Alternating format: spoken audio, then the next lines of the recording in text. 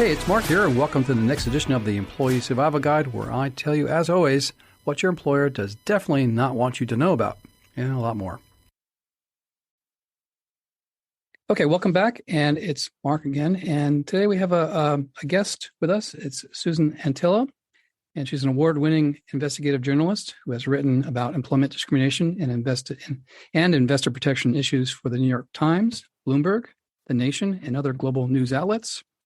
She's an author of the #MeToo book about sexual harassment on Wall Street, Tales from the Boom Boom Rim, the landmark legal battles that exposed Wall Street's shocking culture of sexual harassment. The Sunday Times of London called it an explosive new book that has scandalized Manhattan's financial district. Susan, welcome to the podcast. Hi, Mark. Thank you for having me. You recently wrote a story that captured my attention and still does. The story came out in the publication of Insider and on February 28, 2023, and it was titled as The Inside Tawdry, Drug-Fueled, Violent World of America's Top Life Insurance Salesmen regarding Globe Life Insurance. And I wanted to talk to you a bit about your investigation, how the story arose, and what you encountered as you went through the process. So maybe you can share with us how did the story come to you? Sure. Well, there was, I think it was last March that President Biden signed a bill, this is a long one, the Ending Forced Arbitration of Sexual Assault and Sexual Harassment Act. And this was basically a new law that allows even people who have signed mandatory arbitration agreements, if they're filing a lawsuit about sexual assault or sexual harassment in the workplace, they can remain in court even if they've signed an arbitration agreement. So, because I write about this stuff on really a regular basis, at least every couple of days, I would just go on to Pacer, to look at federal court documents. Right. And I would put in the search term of this law. And, lo and behold, in April of last year, I came across this Zinsky versus Russin and AIL case. Renee Zinsky is the woman who filed it. And I read the complaint, and I have to tell you, I've been writing about this stuff since the mid-1990s, and my jaw dropped. I had never heard anything like this. This was a woman who said that her boss would take her out in his car and, force her to watch him masturbate, and it gets worse from there. And I said, whoa, what's going on here? So I called her lawyer and asked her to set up a time that I could speak to Renee Zinsky. And it sort of unfolded from there. Zinsky's story itself is harrowing. As I went along, I thought, well, let me gather names of male agents as I was doing the research. And right. When I do stories like this, right away, I put their names into a database so that I can see what their records look like. And I started, these names started popping up with terroristic threats and felonious assaults and nice group of people. Yeah, and the agency founder was on a podcast where he was talking about the fact that he got caught with a bunch of drugs when he was a kid, and they put him into juvenile detention. Right, I read that. And so, I'm looking at these people saying, how do you get a bunch of people like this in a regulated industry? And so there were a lot of roads I went down as a result of that. But I discovered along the way that insurance regulation was kind of a joke, and it went on and on from there. You and I, when you first shared the story with me, we talked a bit about the fact that the folks in Simon Arias' office in Pennsylvania were all independent contractors, and you wrote in your article the fact that these individuals were, above the law because they were independent contractors. And I actually had to confront that and say that, in fact, there are cases that demonstrate that the independent contractors can be held liable. What's called an economic realities test, where, in essence, is the employer really is controlling the duration of time and every aspect of the person's work, and they really can't work for any other party but them. And but that's really a kind of a side point, and I'm sure it's being hashed out in the arbitration or the federal court proceeding. But the fascinating part of the story was the level of just degradation of just people's rights. You just mentioned it. Getting in the car for the one-on-ones that Renee had to get was she just, her whole work environment was just Mr. I think it was the actor here is Mr. Russin. Right. That's how his name's pronounced. He just had just no filter. He just did and said what he wanted, and it was just at his pleasure, so to speak. And it was just so alarming, the things that were coming out of his mouth, and obviously through your reporting of the article, it was just every single reference possible to a woman that could be negative, pejorative was used. Sluts and bitches and whores and sexual comments that were made. It's just remarkable that the company never took any action to protect the employees there. Well, Mark, I know that in your work that when you're a rainmaker, you can get away with a lot. Yeah. Now, even putting aside the fact that they were 1099 contract workers, even when somebody's a full-time employee, I wrote so much about sexual harassment in the brokerage industry. And, right. If a guy was a rainmaker, it was really hard to battle that person. The company would put up as much legal defense as they needed to, hire as many firms as they needed to, threaten to ruin the woman's reputation and to let other firms know that they shouldn't hire her. So, and this guy, Russin, was a rainmaker. He was very successful. He wrote a lot of business. And, it really was not in Arias agency's interest, nor in the interest of American Income Life, which was supplying them with the products that they sold. They loved this guy. Right, right. He was making lots of money. Yeah, I highlighted certain parts of your article. I apologize, but in reference to Mr. Arias, there was a convention of the Globe folks in 2020, and CEO Larry Hutchinson was quoted as saying about Arias, "You've been an inspiration to me and everybody in the home office." That's right. I thought that was just, funny, but also just, wait a minute, that's just insane. Yeah. And Mark, look, they loved Simon Arias. He was the AIL has a lot of agencies. Simon Arias's agency is one of them, but it is the second biggest producer for American Income Life. And the biggest producer is an agency that has, I think, almost all of California and part of Canada. So, by comparison, of course they would have more. But so Simon Arias is a very important contributor to the bottom line. And, they have given him Globe Life, the parent company. Several times they've given Simon Arias their Legacy Award, which is the highest honor that they give. Right. So, the question arises, so, okay, did these parent companies know what was going on? Of course they did. Yeah. Gee, how do you...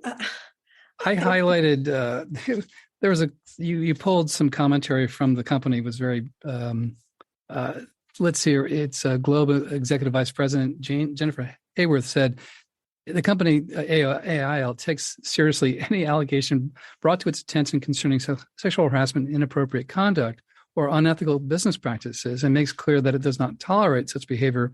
Agents or others are subject to contract termination if they engage in the conduct. I found that just, I'm used to hearing those statements from my end. It's a level of denial that's common. But in the face of what was happening and the complaints that remain internally, they just propagated this behavior because of the money. Right. They didn't care. And certainly, you could guess this, but I'll just say it, that when I am doing a story like this, I send very detailed questions to the defendants. I want to give them every opportunity to comment. If I have something wrong, I want them to say, "Are you crazy? That didn't happen," and explain why. I want to hear that, And instead, I got the statement, the boilerplate statement that you just read. So yeah, I mean, let's give them the benefit of the doubt and say that they knew nothing about it until I called it to their attention. But they didn't take the opportunity to say that any of it was wrong. So, and by the way, after I wrote the story, and I spoke to many people, obviously before the story, after the story, more people came out of the woodwork to talk to me. Yeah, I'm sure. And in one case, a woman described incidents very much like what happened to Renee, but it was with another man at Arias agencies. Right. Where she said, I mean, this is like hard to hear, but basically this woman told me that her boss would take her out in his car and pull over and take the back of her head and shove it into his crotch. And that's what Renee Zinsky said happened to her. In this case, the woman said, that they were out on client calls. They spend a lot of time in their cars, these agents, because they have to go visit people at their homes. But they're still in the scope of their employment. They're still working. Yes, absolutely. Absolutely. They are. But that's the reason that a woman can end up in a car alone with some of these guys, because they are on business. And this particular guy he would just pull over in the middle of a trip and say, I'm not going to take you home unless you service me.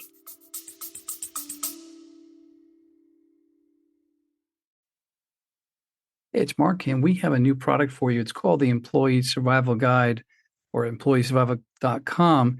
And it's a site that you can obtain PDF products that I've created myself. It's spending too many hours, way too many, researching and writing about, for example, the performance improvement plan or beating them. And the second one about negotiating severance negotiation agreements, two of the most important topics that we see in terms of the web traffic and podcast traffic we have.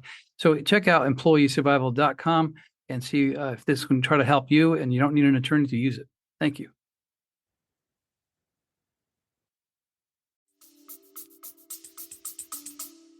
Which is what we call quid pro quo sexual harassment in legal parlance. Similar to this, that's also reported in your story, that there's a use of a device, the practice that I call it, called forced arbitration. They make all employees sign, including Renee, and it got Renee into a tangle in federal court and pushed part of her case out to arbitration, and part of it was remaining.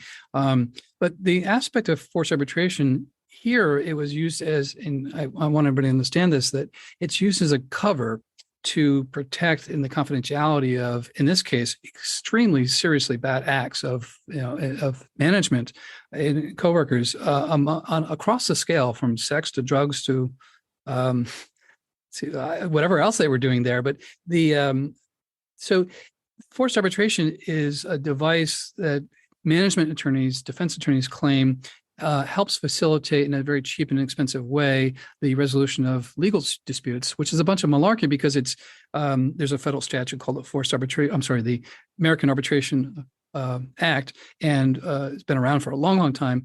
But as we now know, and recently President Biden just passed a law to, as you recorded earlier, is that he banned the forced arbitration in sexual harassment and assault cases. So part of this case, when I actually went to the docket like you did, and I actually went into the docket in Pittsburgh and realized that the attorney did exactly what I would normally do in these cases. I always find in arbitration provisions in these cases, and I try to push a federal lawsuit into court and basically get compelled out from there. But why do I do that? Because I want people to know what happened. Right. That's exactly what Renee's attorney did. Yes, that's so smart. I mean, I don't know why more attorneys don't do that, because you can't stop somebody, even if the lawyer says, "Oh, I made a mistake." I mean, you can't stop somebody from filing something. And yes, it's interesting.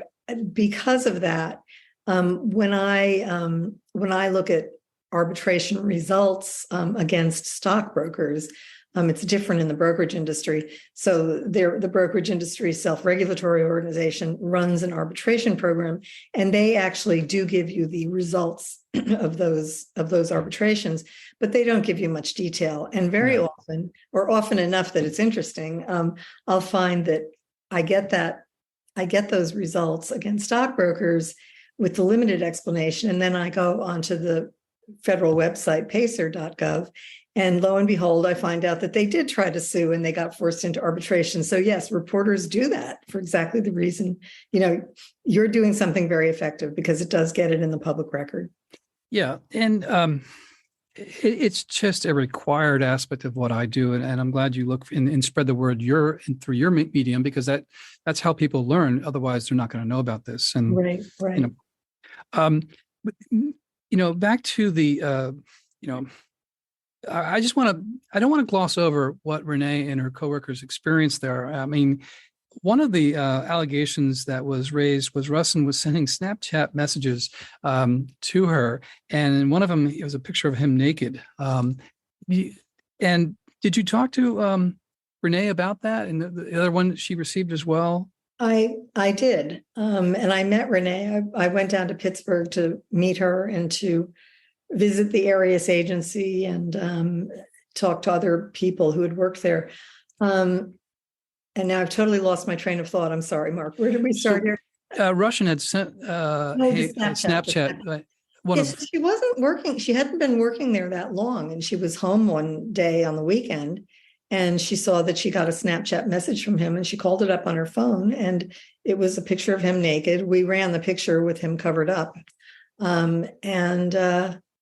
She was sort of in shock, as she described it to me. And it's kind of interesting what happened after that.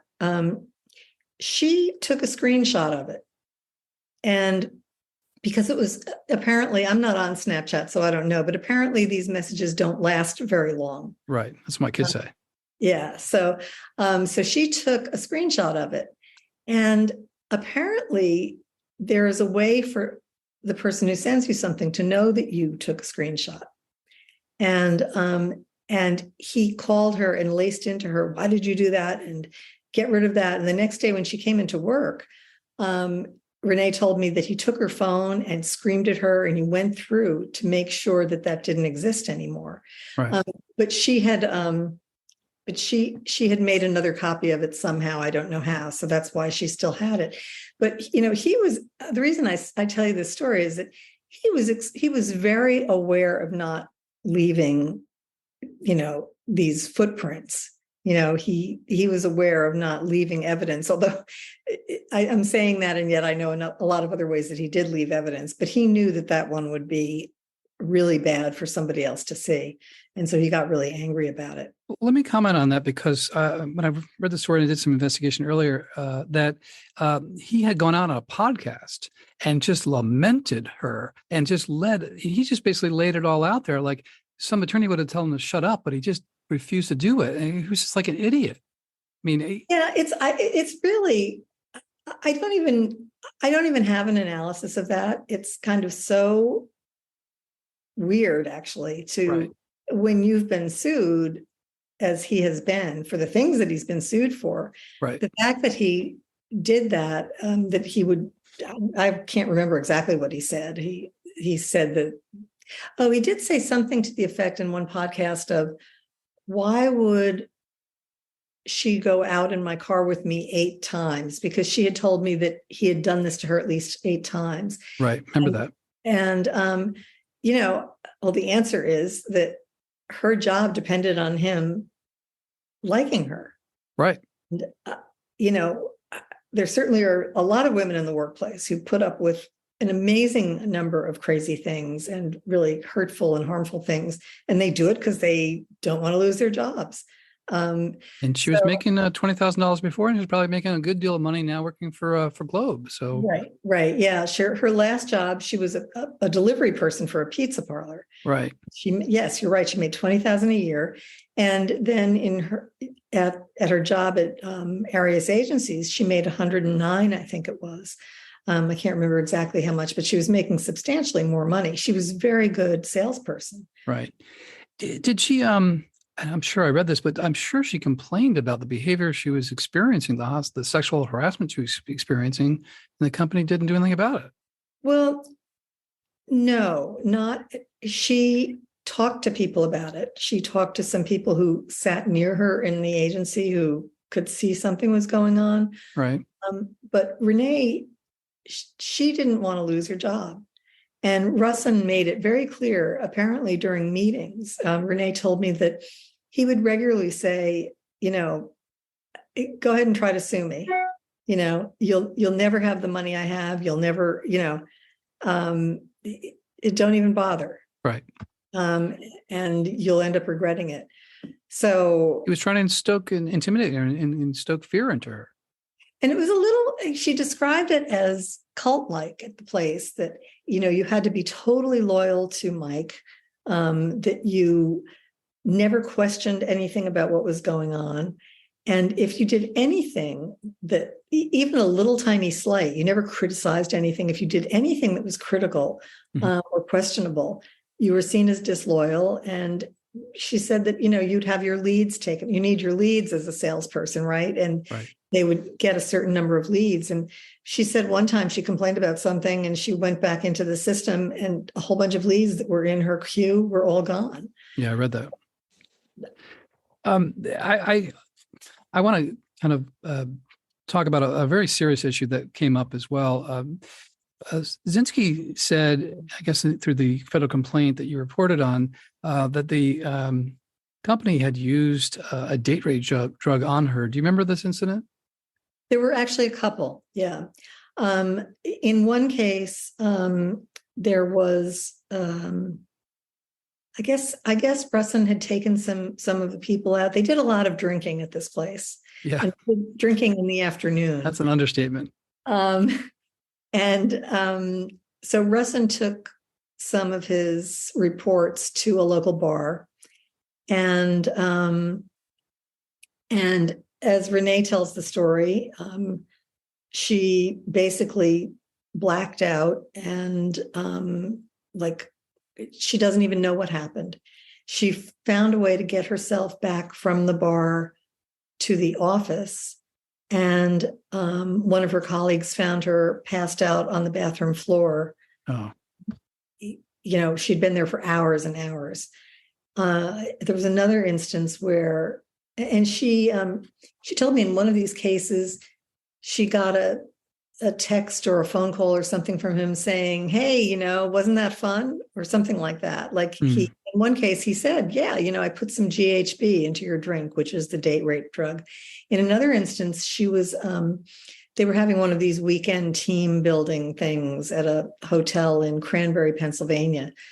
And again, they were at the bar and she went back up to somebody's room because somebody had borrowed her hairspray. So she went back to get it. And the next thing she knows, she's waking up on a bed with 3 people having sex next to her, couldn't feel her legs, didn't know what was going on. So yeah. And she said that these drugs were openly used. So, I mean, I'm saying this to you, it's so funny, I wrote this story, and even as I'm saying this to you, I'm saying, this is just so incredible. It is incredible.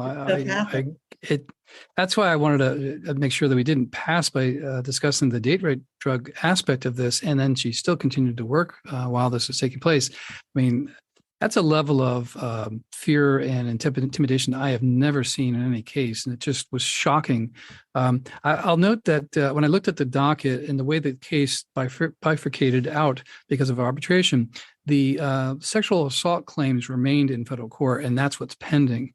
Those are serious. I mean, forget the issues of employment discrimination. It's a sexual assault aspect in federal court. I mean, these guys, this is a civil prosecution. It's alarming that the criminal prosecution hasn't taken place. Maybe they're waiting. I don't know. But it's just jaw-dropping. I'm sorry. I'd like to also try to end the podcast with you and I just discussing, you have your experience reporting on Wall Street and writing a book about things you've seen. And I have my experience of just litigating cases for a long time. Maybe we can just, share it doesn't have to be, Renee didn't have to go through what she went through. There are laws and ways to protect individuals. The easiest thing of self-help is to just basically quit. But that's not always a choice for people. But what are your thoughts of after just doing the story and, right now in June of 2023, in the state of affairs for employees, how do you feel about how people should react to this story, advocate for themselves? I mean, what's your thoughts? Well, you had said to me when we talked a few weeks ago, people have to know their rights, and that's absolutely, they do need to understand their rights. And I do think more people do.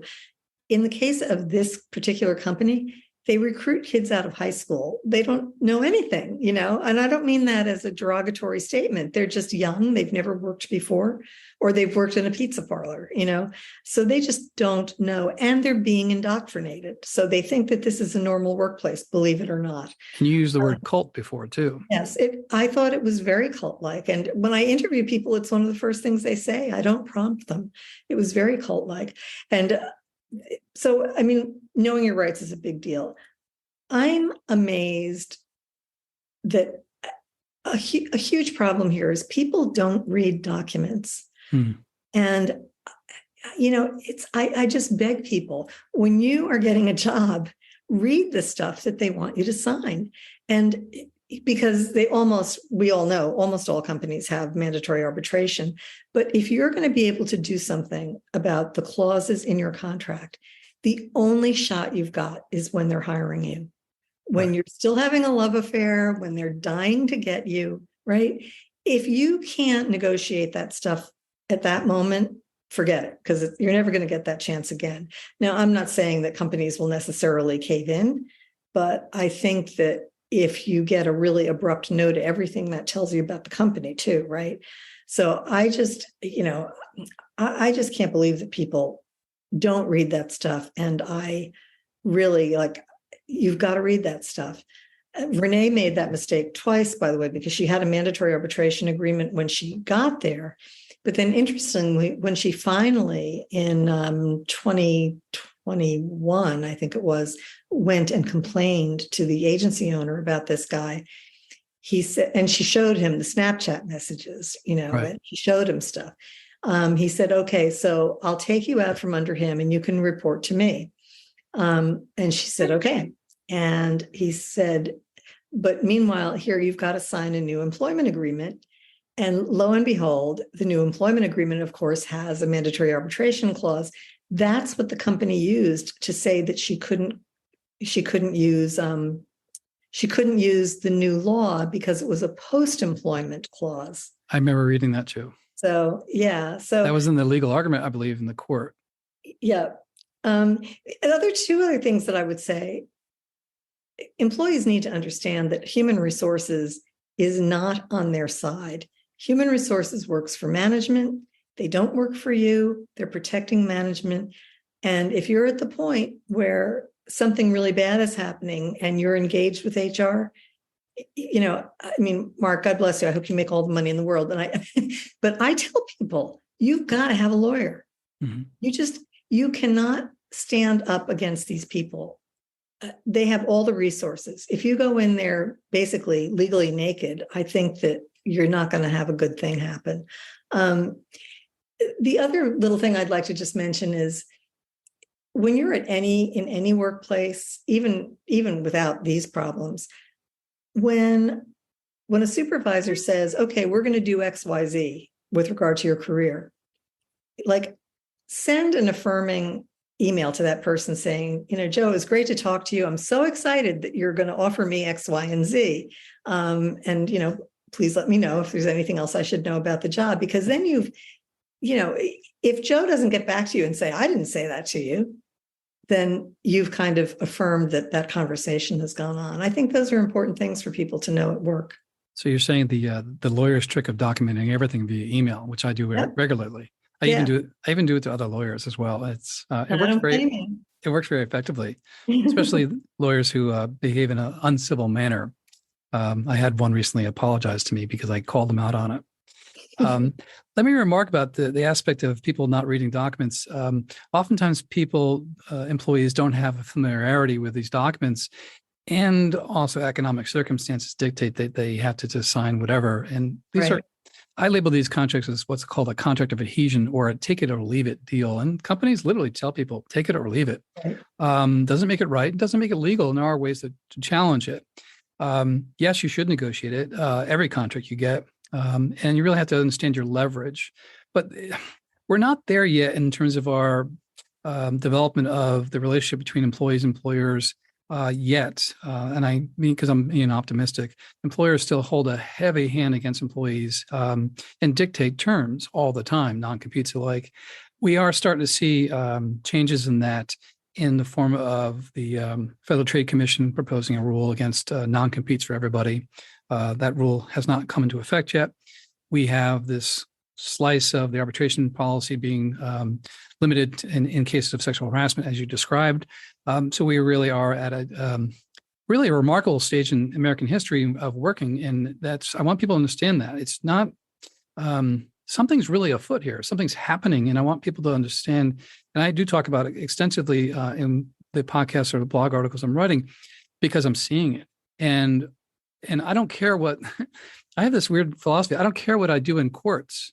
I care what I do publicly, because I'm going to get that message out further through this messaging medium or otherwise. Court cases are slow. And, people have to understand federal court, 1/3 of their docket is employment cases, and judges don't like employment cases. One year I went to a judge's luncheon, and the chief clerk said only 5 cases had gone to trial that year, and 2 won, 3 lost, something like that. Hundreds of cases. So there are different ways to deal with the employer, and I've gotten really creative in this. And I want to say that people, yes, I appreciate having people call an employment lawyer to help them. That's true, and use them as a resource to whatever fits your goal. But I actually encountered a recent circumstance where former client of mine, a friend of mine, he'd used me in the past, and we got a settlement. And then he went and he took the affidavit we had drafted, and he redrafted it for the next employment he had. And he was able to broker his own severance of 10x of what they offered him using the affidavit that I used. If you had gone into Zinsky's case at the EOC level, there's probably an EOC affidavit. At the court case level, it's the judge or the lawyer writing the fact pattern.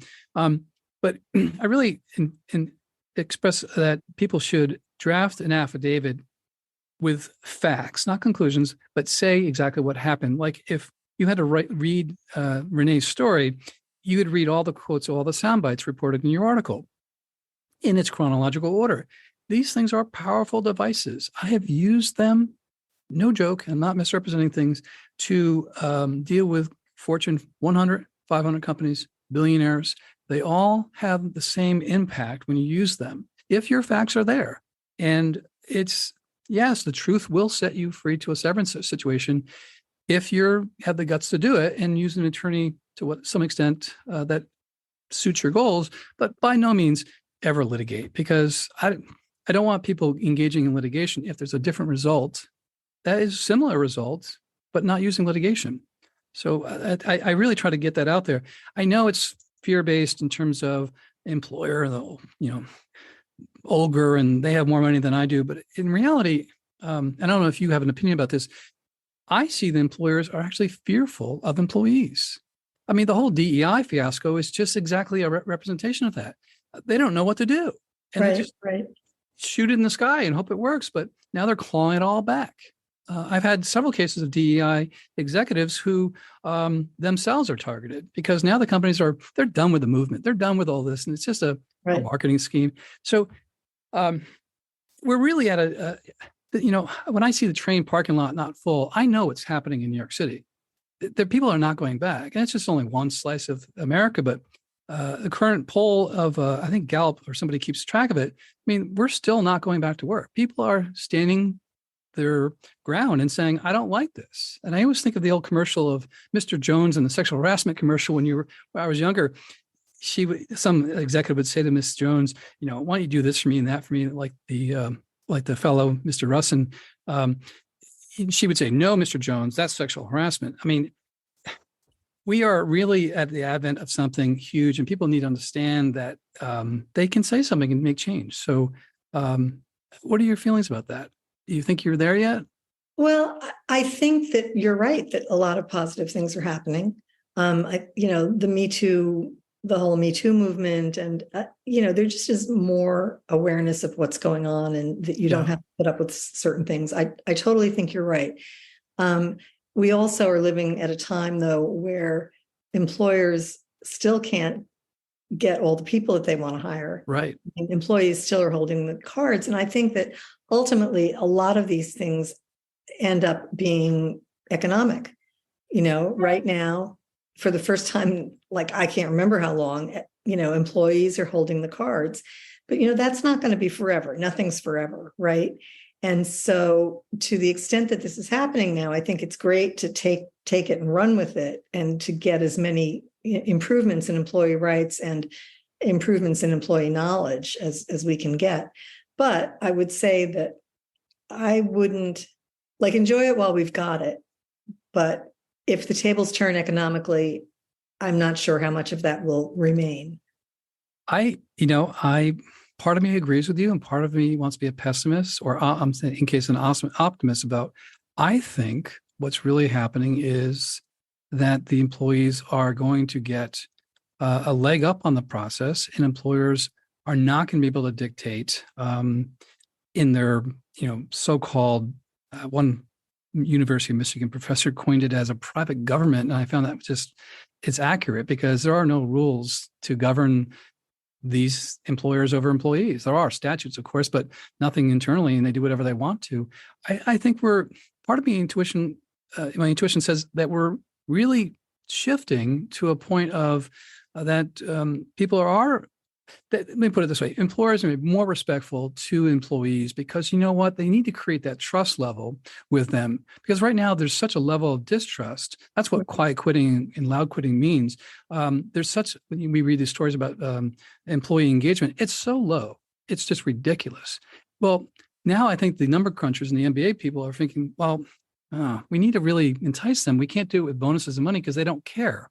Especially the younger population doesn't care. They care about, is it a purposeful job, and is it a meaningful life? I mean, we're in a sea change. It's Yes. beautiful to watch. Well, yes, you're definitely right about that. I mean, I can't think of any time ever when anybody cared whether I was comfortable and happy at my job. It's just do work. We're going to pay you. That was it. Right. I agree.